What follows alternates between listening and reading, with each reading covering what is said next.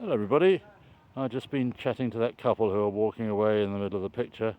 They've been to a wedding and they're going back home to somewhere in Hampshire, and they stopped in Amersham on the way because they haven't been here before. It's rather nice, but I'm more interested in this "You Are Here" placard, poster, whatever. Now there's a lot to absorb here. I'm mostly interested in the River Misbourne itself. It doesn't say much about it except it's a chalk stream and it's 17 miles long, so it does appear further west of Amersham than I thought. River Misbourne, yeah, it goes from Little Missenden, Great Missenden. It does. Sorry, I'm trying to read and film at the same time. So it's a lot longer than I thought. But I was just saying to the gentleman that it doesn't seem to have changed in the next 10 miles.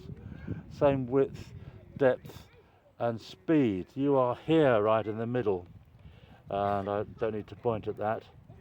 And the most interesting thing about this is that there used to be a Roman road from St Albans, which we all know was called Verulamium, via Amersham and Penn towards the Thames.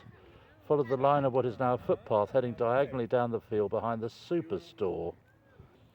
That clashes, isn't it? I imagine that the Romans were here before the superstore. It crossed the river close by the shallow pool. Why would you want to go from St Albans to the Thames this way? Why not go directly south from St Albans? I mean, that raises too many questions for me. But anyway, it says here, almost certainly the Romans followed the line of a prehistoric trackway. Such routes were often marked by sarcens, large boulders. Two of these can now be found set into the pavement, either side of the entrance to offices in the Broadway close to the old town car park. Perhaps 3,000 years ago, a hamlet grew on the banks of the Misbourne. Hamlet. Because it provided a reliable supply of clear drinking water for people and animals. A Bronze Age spearhead was found in the river about 300 metres east of here, near Station Road. Now, they obviously think because the Bronze Age spearhead was found in the river, that there was an occupation in the Bronze Age. But as that's the only evidence, this is what I think happened. Well, Bert, let's break into this museum. All right, Fred, what are we going to find in here? Oh, I don't know. There's lots of old things. Nothing very interesting. Oh, I don't know, though. Look at this metal artifact. What is it? What's an artifact? Oh, it's an old thing. Okay, it looks like a spearhead. I'll tell you what, Fred. What's that, Bert? If we chucked it into the River Misbourne, people for the rest of the decades will be thinking there was a Bronze Age settlement here. How we can laugh! Ha ha ha ha ha! That's probably what happened, or possibly not. Apologies to any burglars and people who have a sense of humour. And my impressions of burglars is probably not very accurate. But here we are. So the River Misbourne. You can't even cross the little bridge here. That's cordoned off. And I don't really want to wander around that graveyard anyway. But it's Sunday, the 15th of September. It's getting on for 2 o'clock. I am Peter the Rock, and I'm in Lower Amersham, or Old Amersham as I've seen it called. It's a nice clutch of trees there that look as if they're sort of buried. You know, they shouldn't branch that soon, but I'm sure they might. There might have been a lot of topsoil added to the trees. This might all have been lower once upon a time, and a kind of water meadow for the Misbourne. I wonder why it's called the Misbourne. I had a friend called Bryant Bourne, and his name was Brian, and maybe, you know, somebody like that had a daughter called Misbourne and she fell in the stream. I don't know. Uh, interesting trees. Trees are alive. It's amazing, really. So there we are. A somewhat quirky experience. The river's considerably wider at this point.